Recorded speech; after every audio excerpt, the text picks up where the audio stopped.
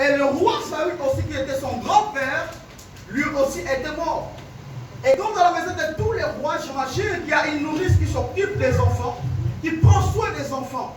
Et cet enfant est resté sous la responsabilité de sa nourrice. Mais ce qui me chagrine dans ce texte, ce qui me fait mal, vous remarquez que la Bible dit, au moment où cette nourrice porte cet enfant, elle l'amène pour fuir, elle laisse l'enfant tomber, l'enfant est devenu boiteux de tous les deux jambes. Il y a beaucoup de gens comme ça dans la vie. C'est-à-dire les gens qui devaient prendre soin des portes, on laissait tomber d'une certaine manière, et tu es devenu comme un certain boiteux, comme un prochain d'une certaine manière, et tu te rends compte que tu n'as plus personne d'autre. Mais la Bible me déclare qu'un jour, David, il vient et il dit, ne reste-t-il pas encore quelqu'un pour que je lui fasse du bien? J'ai béni l'Éternel pour ces choses, parce que ces choses doivent nous arriver.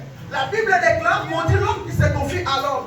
Mais heureux celui qui se confie à l'Éternel. Ça veut dire que Dieu ne veut pas que nous nous confions aux hommes, mais il veut que nous posons notre confiance à lui et à lui seul. Amen. Il veut que Jésus soit notre refuge, lui et lui seul. Cet homme-là dans la piscine de Bethesda que nous avons lu, lui il répond à Jésus, je n'ai personne. La première question que je me suis posée, est-ce vraiment vrai qu'il n'avait personne? Vous êtes d'accord avec moi, à part Lucifer qui est venu sur la terre par la précipitation? Nous tous ici, nous sommes nés d'un parent, nous sommes nés d'un père et d'une mère. Et je suppose que lui aussi avait ses parents. Je suppose même qu'il avait ses frères. Mais il y a comme une déception dans sa réponse. Il dit, je n'ai personne d'autre pour m'aider à entrer dans l'eau. Quand l'eau est agitée, il dit, je n'ai personne d'autre.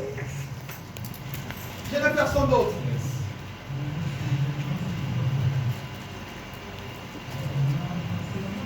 Il dit, je n'ai personne d'autre.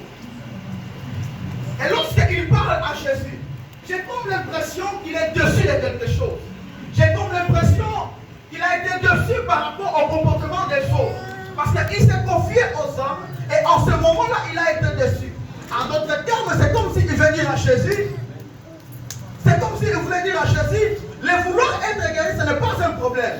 Mais le problème, c'est la méthode de tous mes membres. Ça veut dire que je n'arrive pas à obéir à la méthode. Et c'est quoi la méthode? La méthode, c'est le premier qui entre dans l'eau qui est guéri. Mais moi, comme je n'ai personne, comme je suis abandonné, comme personne ne s'occupe de moi, les autres qui ont des quelqu'un, on les jette dans l'eau. Jésus, je voudrais être guéri. Mais le problème, c'est que je n'ai personne. Mais il ne savait pas qu'il parlait à Jésus. Il ne savait